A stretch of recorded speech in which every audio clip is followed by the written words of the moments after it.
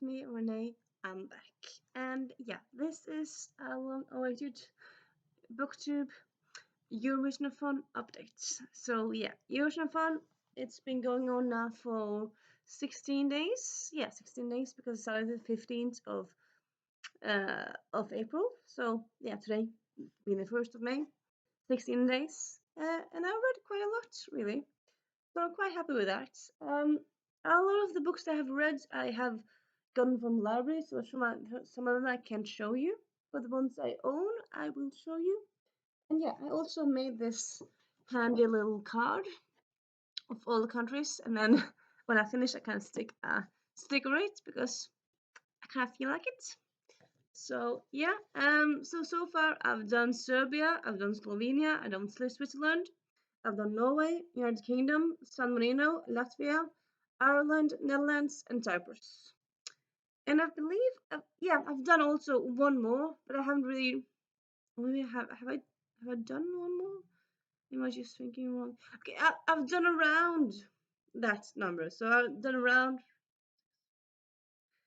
11, so 11, 12, around that. So quite pleased with that, really. Um, so some of the books that I've finished is Difficult Woman, which I ended up doing as I had started it before Eurovision started, but I thought like, you know what, I'm gonna finish it, so I'm gonna count it. So yeah, I'm pretty sure you can do that. So and it's for UK, I suppose. Helen, if you're watching this, and if you can't use books you already started, then I'll pick up something else for UK. But at the same time, like, yeah, finding something else for UK, it's not gonna be that difficult. But yeah, this is quite a good book about It's a good book about feminism from the UK point of view. I mean, they do kind of sometimes they kind of take a look at US and Australia, but mainly it's about feminism in the UK. And yeah, quite an interesting book.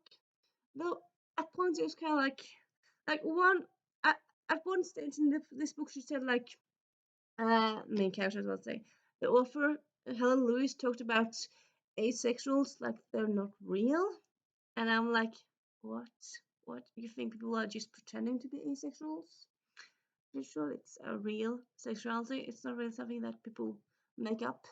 But yeah, I suppose that's kind of how it is every now and then. Like all the sexualities are kind of undermined now and then, or kind of disbelieved.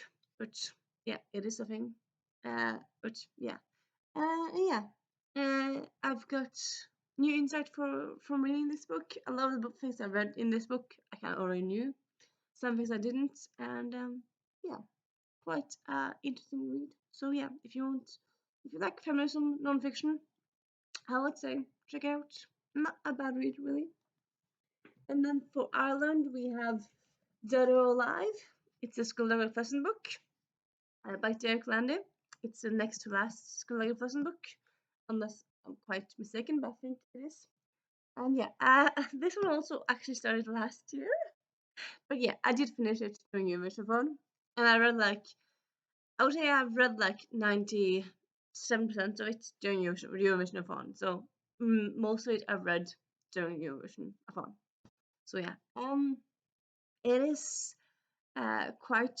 It's a big book. I ended up reading it more or less in one sitting, one Sunday. But yeah, it is some huge things happen in it, and some big revelations, and also the end quite cliffhanger, which is like what?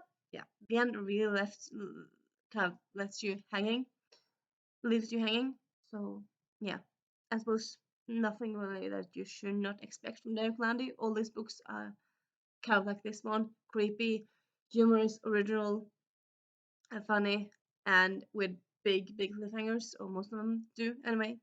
And yeah, and yeah. So Derek Landy, he's Irish, so this one counts for Ireland. Then we have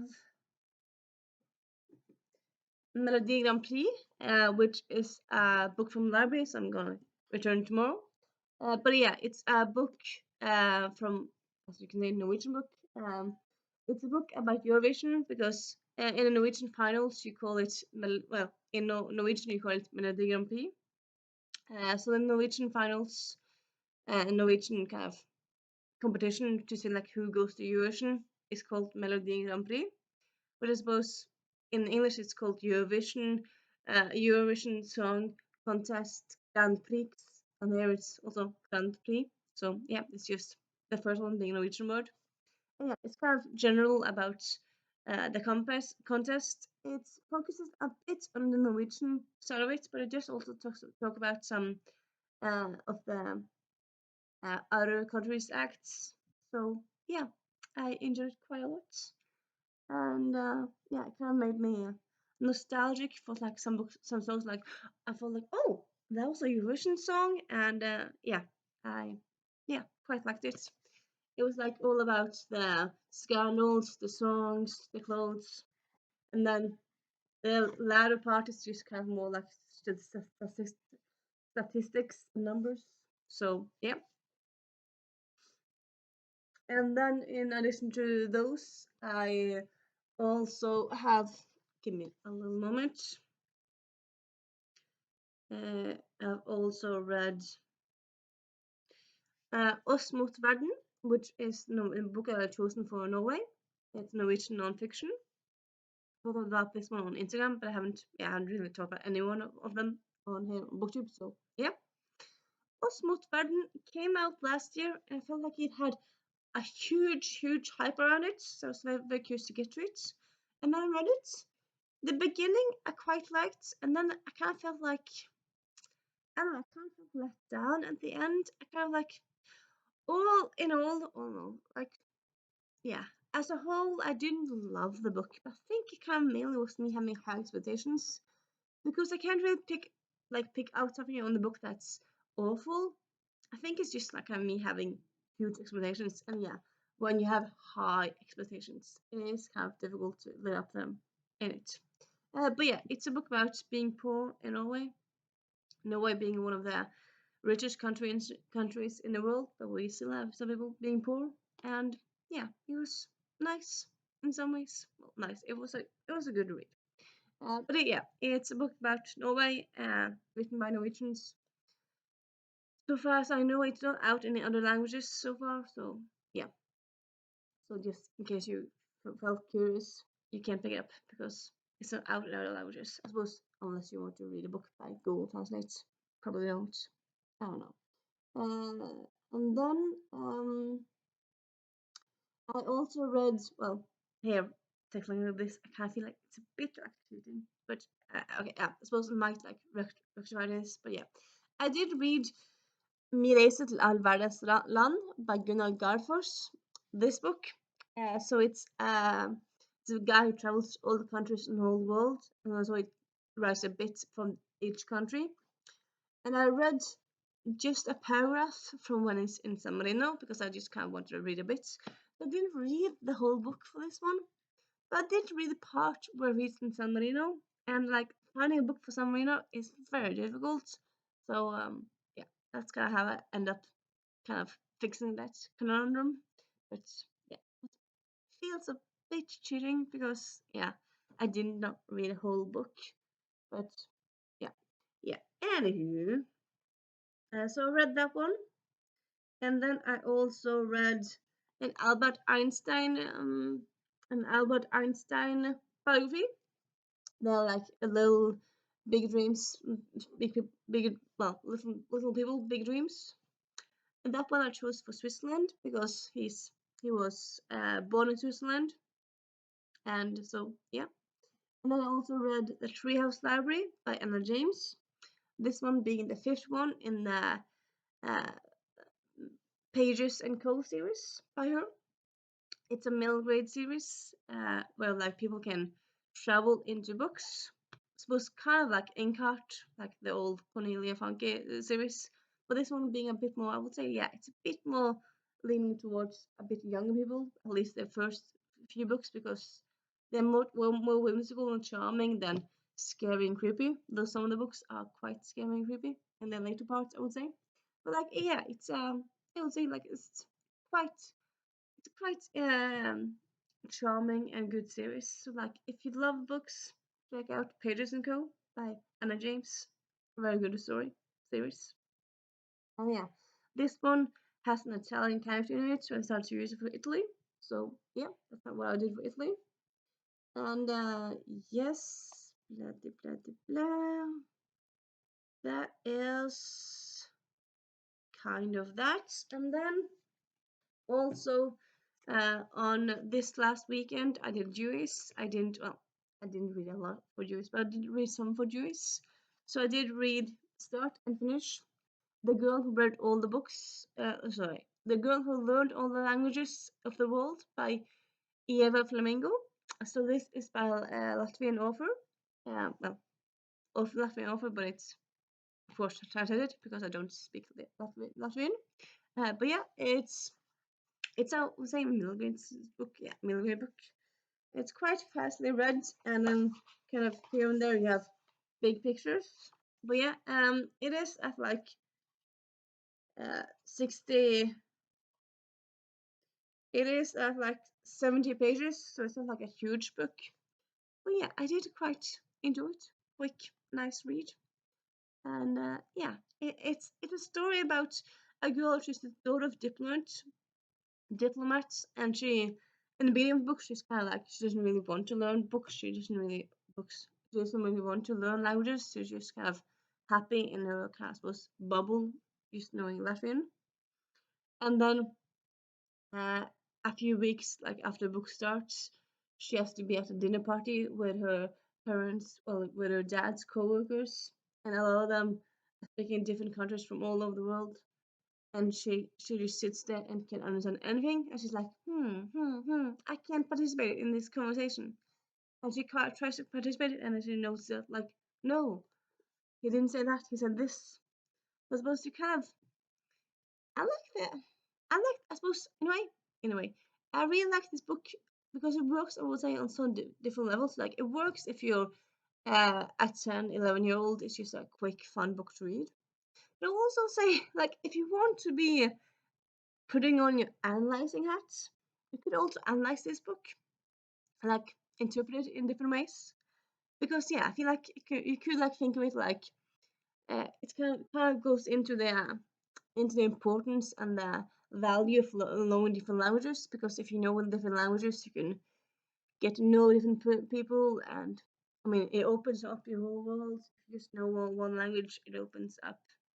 It doesn't open up the world in the same way, and yeah, also kind of like how she kind of the reason she decides to learn languages is not to be better in school or to get a good job, because she just wants to talk to people. She wants to get to know people, and yeah, I think it's just a lovely reason to do it. Really, and often people feel like okay, learning stuff it has to be because you're gonna get an advantage in school, an advantage in your working life, but like learning stuff you could I mean, you don't have to like learn stuff just to be like better or like get advantages here and there. Like sometimes learning stuff is nice just for your everyday, um, everyday value in life. Really, I mean, if you know more people, if you know more languages, you can talk to more people.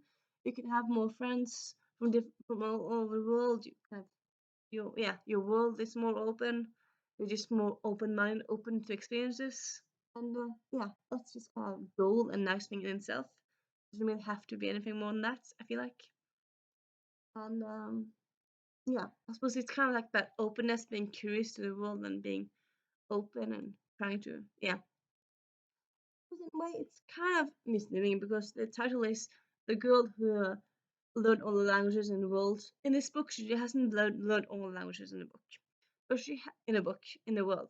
But she has goal of learning all the languages in the world, which I suppose in a way is kind of like that's maybe bit a bit overambitious, but I suppose also nice that you want to try that. I mean, you could learn all languages in the world. I suppose all the languages in the world, yeah, maybe a bit too much. You don't really need to learn all, like one person knowing all languages in the world. That's a bit much. But I like the idea behind it. I like the idea behind it. So yeah. But yeah, I've used this for I've used this for Latvia, didn't I? Yeah, they end up using this for Latvia because it's the Latvian over. But I suppose because it talks about like different countries from a different world. It talks about French, Spanish, Portugal, Finnish, Sweden. You could use it for lots of different countries. And yeah. Uh, blip, blip, blip, blip, blip. I feel like I had a plan. Didn't I have a plan to say something?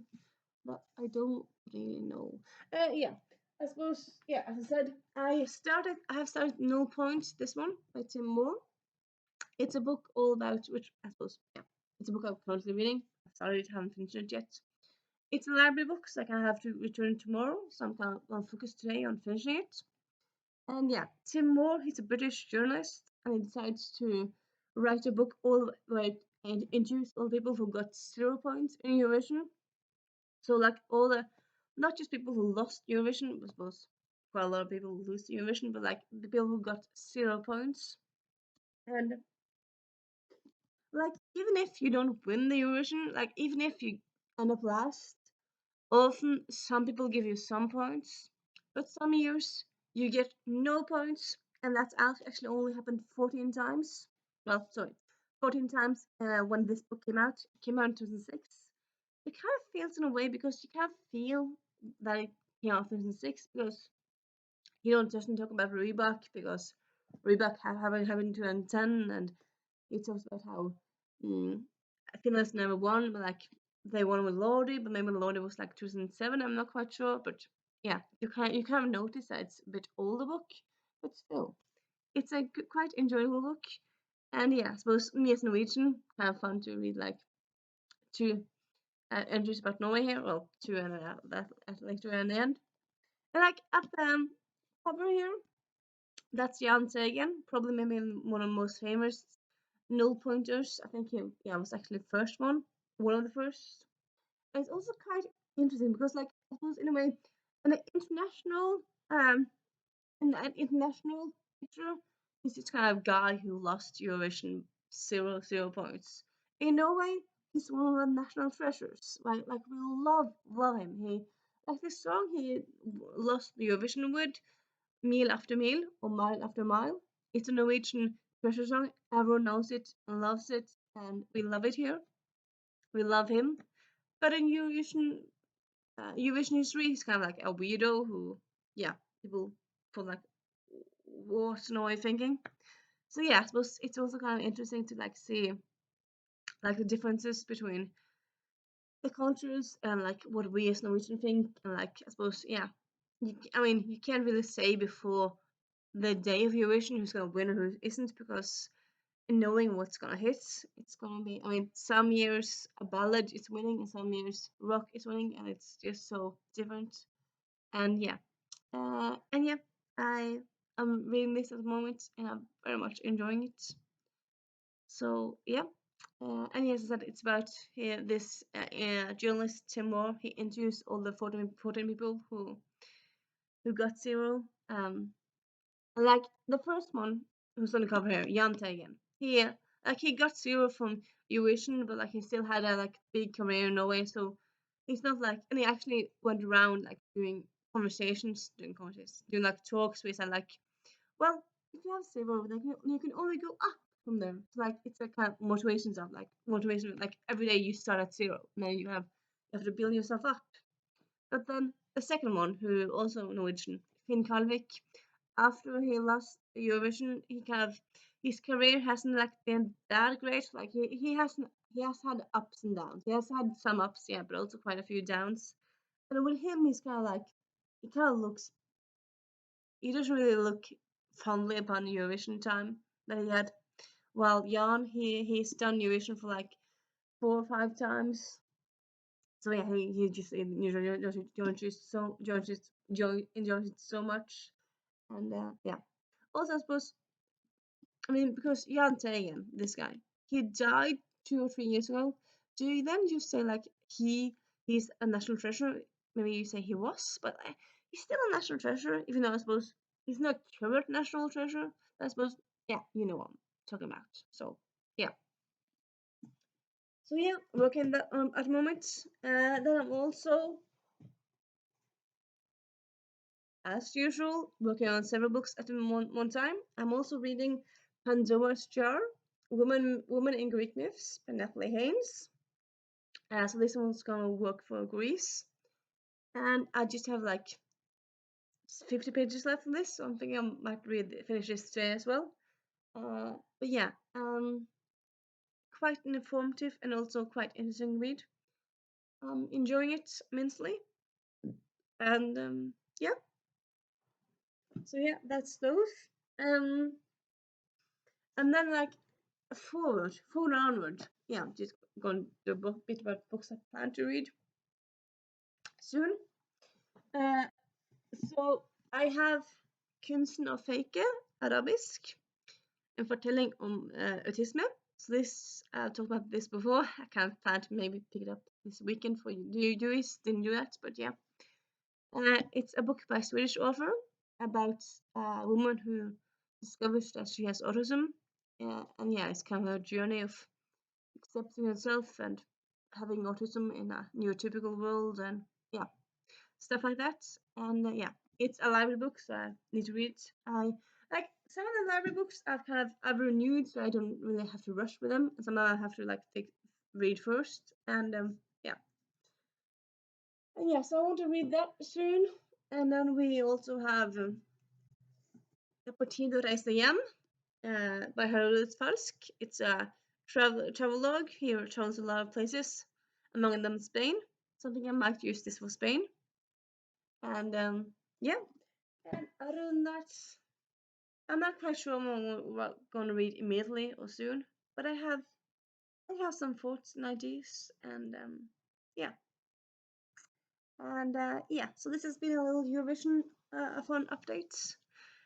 If you have read any of the books that we talked about, or if your Eurovision is going good or nice or anything, please talk to me in the comments.